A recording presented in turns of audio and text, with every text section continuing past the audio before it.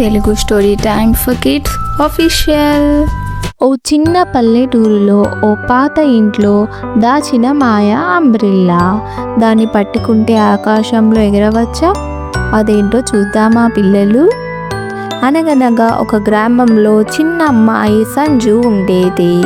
రోజు బడికి వెళ్ళే మార్గంలో ఆమె ఓ పాత ఇంటిని గమనించేది. అందులో ఎవరూ ఉండరు. అందరూ దాన్ని పిచ్చి ఇల్లు అని పిలిచేవారు. ఒకరోజు శనివారం కావడంతో స్నేహితులతో ఆ ఇంటిని చూడాలని సాహసం చేసింది సంజు. అందరూ వెళ్ళగా ఇంటి మూలన పడి ఉన్న ఓ పాత అంబ్రెల్లా దొరికింది.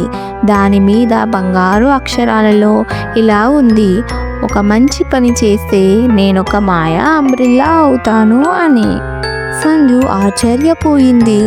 అదే రోజు బడికి వెళ్ళే మార్గంలో ఓ పాప లుకలుక చూస్తూ ఉండడం గమనించింది. ఆమెకు తినడానికి ఏమీ లేదని తెలిసి తన లంచ్ బాక్స్ను ఇచ్చింది. అదే సాయంత్రం సంజు ఆ అంబ్రెల్లాని పట్టుకొని ఒక మంచి పని చేశాను, నన్ను ఎగరమని అనగానే అంబ్రెల్లా అల్లాడింది. సంజు ఆకాశంలోకి ఎగిరిపోయింది. సంజు తొలిసారి ఎగిరే రెయిన్బోలోకి వెళ్ళింది. అక్కడ మేఘాలు తీయని పదార్థాల్లా ఉండేవి. ఒక చిన్న రెయిన్ బర్డ్ చిక్కుకొని ఏడుస్తూ ఉంది. సంజు సాహసం చేసి ఆ రెయిన్ బర్డ్ను విముక్తి చేసింది. రెయిన్ బర్డ్ ధన్యవాదాలు చెప్పి ఇలా చెప్తుంది: ఈ అంబ్రెల్లా నీకు కొత్త శక్తిని ఇస్తుంది. ప్రతిసారి మంచి పని చేస్తే నువ్వు మరో అద్భుత ప్రపంచాన్ని దర్శించగలవు అని. తర్వాత రోజు సంజు తన గ్రామంలో చెత్త పారేసే వారిని చూసి వారిని శుభ్రం చేయించింది. మరలా అంబ్రెల్లా పట్టుకుంది. ఈసారి రంగుల నగరంకి వెళ్ళింది.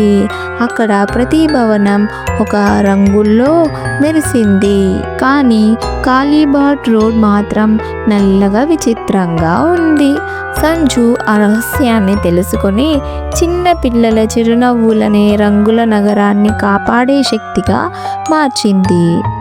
చివరగా గ్రామంలో ఒంటరిగా ఉన్న తాతయ్యకి సహాయం చేసి అంబ్రెల్లా పట్టుకోగా సంజు సంతోషపు లోకానికి వెళ్ళింది. అక్కడ అందరూ చిరునవ్వుతో ఉంటారు.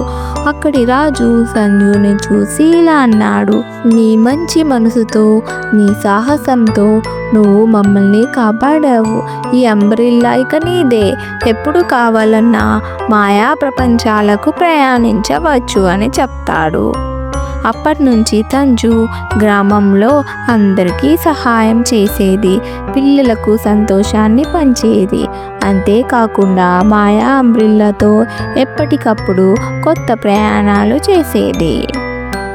మోరల్ ఆఫ్ ద స్టోరీ: మంచి పనులు ఎప్పుడూ మాయల్లా తిరిగి వస్తాయి. మనం ఇతరులకు ఆనందం ఇస్తే మన జీవితమే రంగుల ప్రపంచం అవుతుంది. పిల్లలు, ఈ స్టోరీ ఎంత బాగుంది కదూ!